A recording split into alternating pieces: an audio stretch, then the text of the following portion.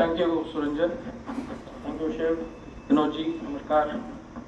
I must also thank the three speakers who are sitting here, Dr. Gautam, Agarwalji and Garodia and all my distinguished friends here in steel industry and other industries. See, in terms of industry, nobody wants to export steel because the prices are going up. That's a sad part of engineering.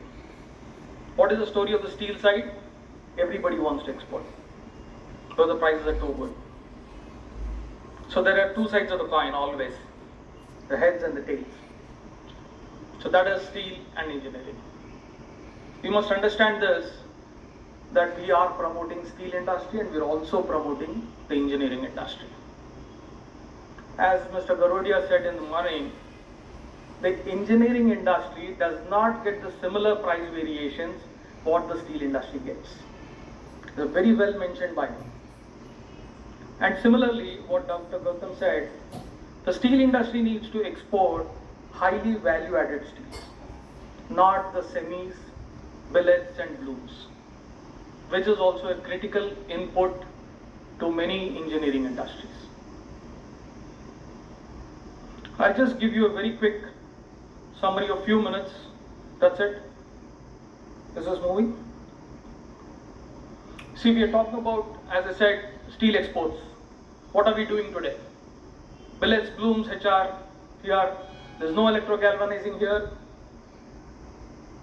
33.7 million. Hot dip galvanizing is 180 million. Why hot dip galvanizing? Higher thickness.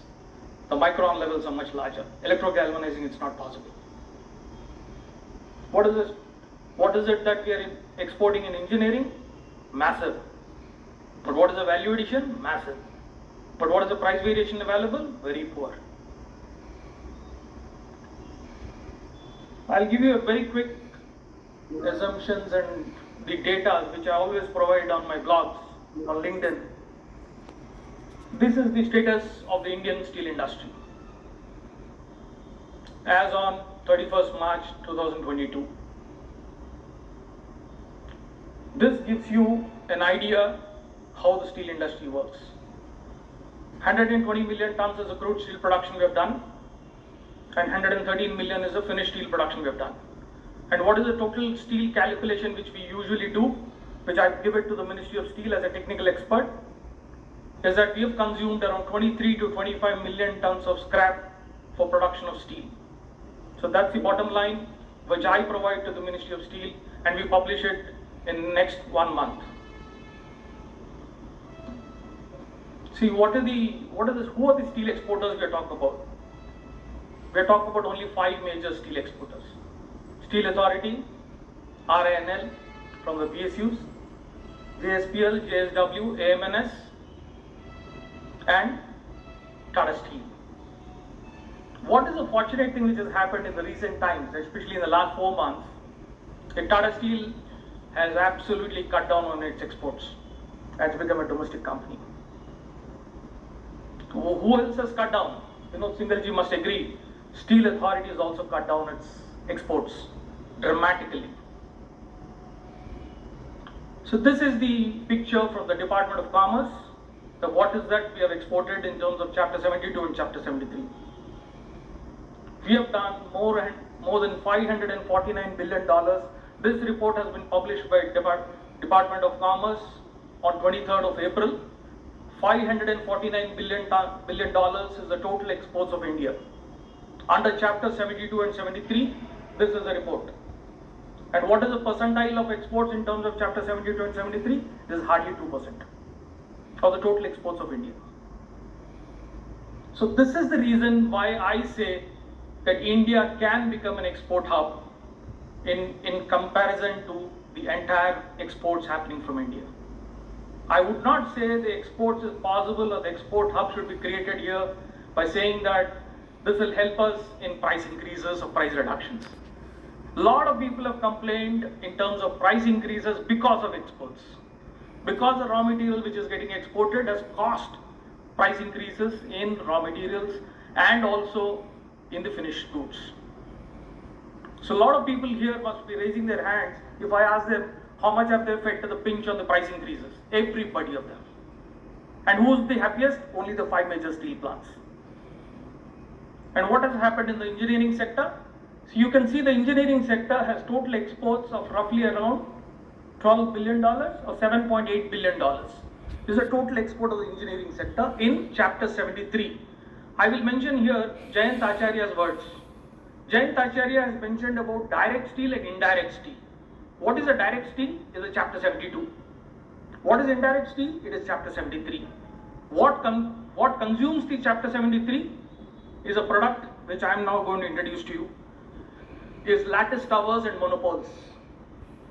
This is chapter 73. The largest export in terms of transmission towers, in terms of monopoles for power and distribution organizations, is the most important chapter under chapter 73, which is an indirect steel. In fact, it is not indirect steel because it is steel itself. It is galvanized steel. And what is the galvanization we are doing here? It is more than 500 microns. And what is electrogalvanizing? Hardly 20 microns. This is, why are we doing so big? Because a transmission tower, which is a very important utility tower in the world, carries power to the farthest rural point of the world. And how much is the total micron level we needed? Because it is standing, it doesn't have a car shed. It is 24 hours, 365 days, standing, reaching to the weather. And you know what is the notch level test which are done on the lattice tower? At minus 29 degrees with the notch level levels of 572. At 27 joule is a minimum requirement of this particular product. And who produces India? Nobody. This is the chapter of Indian iron and steel, I just now told you. Chapter 72, we have 22.49 billion is a total export under chapter 72, which is a record given on 23rd of April, day before yesterday. And this is the engineering, 7.89 billion. This is the picture which I want to express to all of you, that unless we continue exports in finished goods, I would not consider that as exports. To engineering goods exports means transmission line towers, lattice towers. These are the main key lines. Out of the 7.8 billion, as I mentioned you, $2 billion is transmission line towers, which gets exported from India. And what is the huge potential here? It is more than 10 million tons. What is the production link incentive given to this? Zero. Agarwal Saab, we need to really address this. We've been discussing in the Ministry of Steel, because this product is totally galvanized. It is far superior than the galvanized iron for an automotive industry. It is far superior than an electro-galvanized unit. It is far superior than an auto grade. Because the notch level test of a high tensile grade, which is vanadium added, is huge. I'll give you a brief on this because this has been submitted recently by me. See, the number of kilometers a power grid continues only in India is 1,72,000 kilometers. And we are continuing to do this to another 1 lakh kilometers. And the total amount of steel consumed here will be massive. And it is chapter 73. And it doesn't have PLI, it doesn't have export promotion, it does not have any advantage. But it is a direct steel. And what is the most important thing? It is an utility.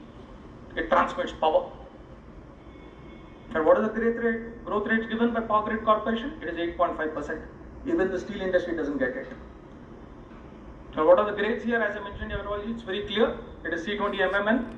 It has only been supported by Steel Authority of India Limited. JSPL, Arunesh, you are the long product head. I would request you to support this particular product. Sharma ji has given me an approval that he will support me on this particular grade. In fact, you are the only person from JSPL long flat products, Shiva. He has helped me with this grade, ACM grade 65 with 450 megapascals strength. And I think there are transmission tower people here sitting here who are listening to you, who are taking your help and getting this done.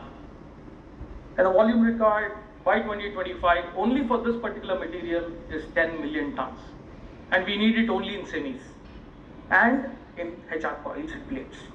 And everything is above 5 mm. which only JSPL does.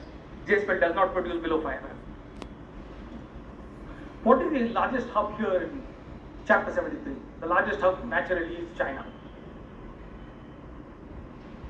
And what are we trying to do? We're talking about an export hub. We are intending to move out an export hub into India.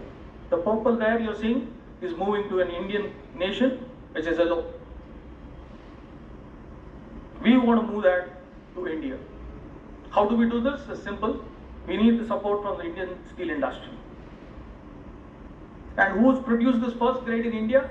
Because you must be there from RNL. RNL is the first company to have produced this particular grade, and I got that approved with PGCIL in the year 2004. And we have 39 rolling mills in India which produce lattice grade steels. No rolling mills in India otherwise. And otherwise you would not even have put up 1,72,000 kilometers in India. And what is the exports today going on from this particular sector? It's 60 countries. Every part of the continents of all nations are listening to us and seeing this, that this is possible from Chapter 73. And Chapter 72 and Chapter 73, Arunji, you must be knowing, it is out of RODTP. It does not get refund on duties and taxes. We need to really work hard. I put up an application to the Scale Committee and also to the Ministry of Commerce, and they've considered me. So this is the report I want to give you very simply. It's a reality structure which we are talking about. How do we move an export hub?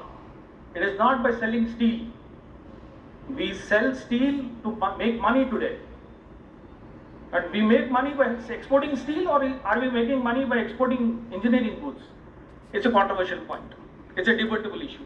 It's a two sides of a single coin. Now, I would appreciate all of you understand that engineering exports is as crucial as exports of steel.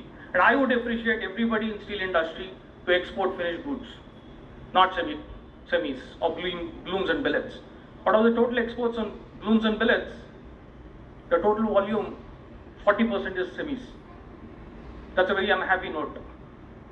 Thank you very much.